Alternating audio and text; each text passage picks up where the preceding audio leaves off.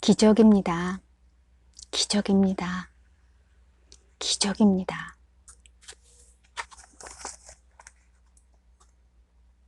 마음에는 평화, 얼굴에는 미소. 틱나탄님의 책입니다. 오늘 내용은 생활 속의 명상에 도움이 되는 글입니다. 명상의 비밀은 그대가 존재하는 매 순간을 자각하고 모든 사념과 행위 속에 깨어있음의 태양을 지속적으로 비추는 데 있다. 마음 안이나 마음 밖 모든 곳에서 그리고 모든 상황에서 일어나는 각각의 일들의 빛을 비추는 것이다. 명상의 비밀은 그대가 존재하는 매 순간을 자각하고 모든 사념과 행위 속에 깨어있음의 태양을 지속적으로 비추는 데 있다. 마음 안이나 마음 밖 모든 곳에서 그리고 모든 상황에서 일어나는 각각의 일들의 빛을 비추는 것이다. 차 한 잔을 마시는 동안 우리는 차를 마시는 그 행위 속에 완전히 존재해야만 한다. 만일 우리가 그 일에 완전히 몰입한다면 차 한 잔을 마시는 일은 큰 즐거움이 될 수 있다. 나는 해야 할 많은 일들이 있다. 정원일, 빨래, 설거지, 책을 묻고 글을 쓰는 일 등 할 일이 많다.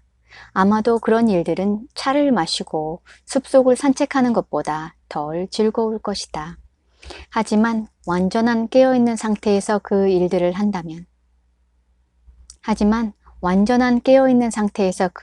한다면 우리는 그것들 역시 매우 즐거운 일이라는 것을 알게 될 것이다.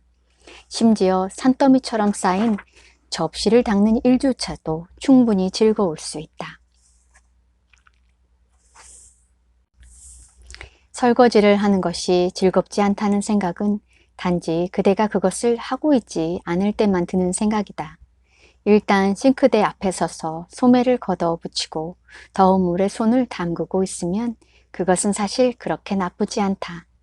나는 각각의 접시와 함께 보내는 시간을 즐긴다. 접시와 물, 그리고 내 손의 움직임 하나하나를 완전히 자각한다. 나는 안다. 만일 내가 차를 마시러 가기 위해 그릇 닦는 일을 서두른다면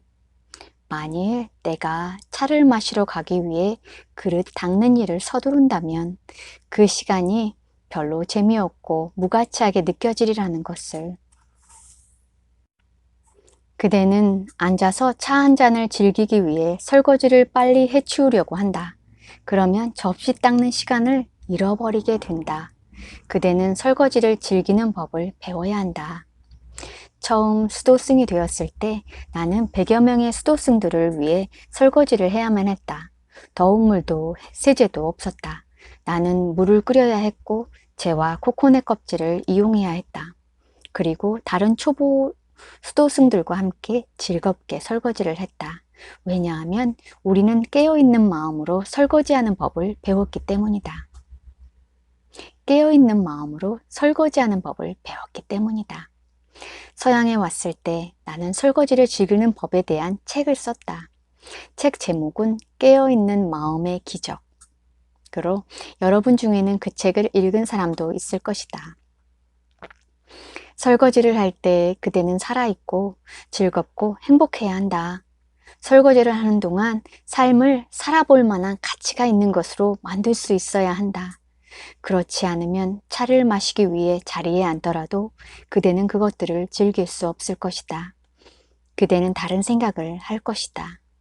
그대는 찻잔을 내려놓고 전화번호부에서 어떤 번호를 찾아 전화를 건다. 그동안 차는 차갑게 식어가고 차의 맛과 향은 차를 마시는 즐거움과 함께 어디론가 사라지고 만다. 그대는 미래에 이끌린 나머지 결코 지금 이 순간에 살아있지 못하게 되는 것이다. 그대는 미래에 이끌린 나머지 결코 지금 이 순간에 살아있지 못하게 되는 것이다. 그대는 자신의 그런 모습에 대해 알고 있다. 따라서 그대는 결코 행복해질 수 없다. 그것은 안타까운 일이다. 왜냐하면 삶의 1분 1초는 모두 하나의 기적이기 때문이다. 접시 자체는 물론 내가 지금 여기서 접시를 닫고 있음은 놀라운 기적이 아닌가. 내가 씻는 그릇 하나, 내가 쓰는 시 한 편, 내가 종을 울리는 매 순간들이 모두 하나의 기적이다. 그것들은 저마다 똑같은 가치를 지니고 있다. 어느 날 설거지를 하면서 나는 내 동작들이 새로 태어난 아기 붓다를 목욕시키는 일만큼 신성하고 고귀하다는 것을 느꼈다. 이 글을 읽는다면 새로 태어난 그 붓다는 틀림없이 기뻐할 것이며 자신을 밥그릇과 비교했다고 해서 모욕당했다고 생각하지는 않을 것이다. 깨어있음의 빛 속에서는 모든 생각, 모든 행동이 신성해진다. 깨어있음의 빛 속에서는 모든 생각, 모든 행동이 신성해진다. 그 빛 속에서는 성스러운 것과 속된 것의 경계가 없다. 사실 설거지를 하는 데는 조금 시간이 걸린다는 걸 고백해야겠지만 나는 매 순간들 속에 완전하게 살아있고 그래서 행복하다. 접시를 닦는 것은 수단이면서 동시에 목적이다. 다시 말해 우리는 접시를 깨끗이 하기 위해 설거지를 할 뿐만 아니라 접시를 닦는 동안 매 순간을 완전히 살아있기 위해 그 일을 하는 것이다. 접시를 닦는 동안 매 순간을 완전히 살아있기 위해 그 일을 하는 것이다. 먹고 사는 문제와 관련된 일들도 접시를 닦는 것처럼 할 수 있다. 내가 머물고 있는 공동체에서 나는 책을 재본하는 일을 한다. 칫솔과 작은 바퀴 그리고 아주 무거운 내화 벽돌을 이용해 나는 하루에 200권의 책을 재본할 수 있다. 책을 재본하기 전에 인쇄된 종이 묶음들을 가져와 긴 탁자 위에 페이지 순서대로 늘어놓는다. 그런 다음 탁자를 한 바퀴 돌면서 종이마다 페이지 숫자가 제대로 적혀 있는지 확인한다. 탁자를 돌면서 나는 내가 특별히 어딘가로 가고 있는 것이 아님을 알기 때문에 천천히 걸어가면서 매 페이지마다 한 장씩 집어든다. 동시에 나는 나 자신의 모든 동작들을 자각하고 부드럽게 숨을 쉬며 호흡 하나하나를 느낀다. 페이지들을 모아서 접착제로 붙이고 그 위에 표지를 올려놓는 동안 내 마음은 더없이 평화롭다. 내가 전문적인 제본 기술자나 기계만큼 하루에 많은 양의 책을 만들 수 없음을 알지만 내가 그 일을 싫어하지 않는다는 사실 또한 알고 있다.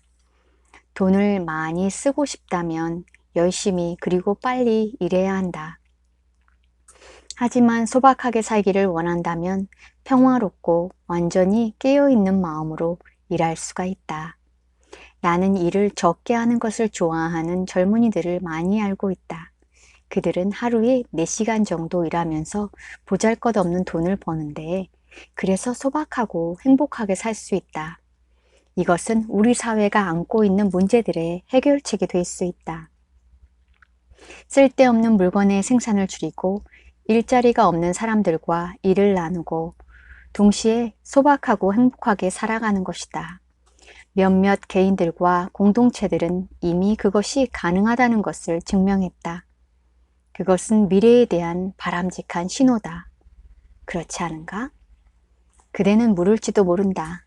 접시를 닦고 책을 재본하고 공장이나 사무실에서 일을 하면서도 어떻게 하면 깨어 있을 수 있느냐고. 나는 그대가 자신만의 해답을 발견해야 한다고 생각한다. 깨어있음의 빛이 그대 안에서 빛날 수 있게 하는 것이라면 어떤 것이든 좋다. 그대는 자신만의 길을 발견하거나 아니면 다른 사람들이 이미 시도했던 방법을 쓸 수도 있을 것이다. 이를테면 자신의 호흡에 집중하는 것 같은 방법이 그것이다. 그대는 모든 들숨과 날숨을 의식하고 자신의 폐의 모든 움직임을 의식할 수 있을 것이다. 어떤 생각이나 느낌이 일어날 때 그것이 그대의 호흡과 함께 자연스럽게 흐르게 하라. 그대가 호흡을 따라가고 있다는 신호로서 평소보다 좀 더 깊이 그리고 좀 더 천천히 숨을 쉴 수 있을 것이다. 어떤 생각이나 느낌이 일어날 때 그것이 그대의 호흡과 함께 자연스럽게 흐르게 하라. 어떤 생각이나 느낌이 일어날 때 그것이 그대의 호흡과 함께 자연스럽게 흐르게 하라.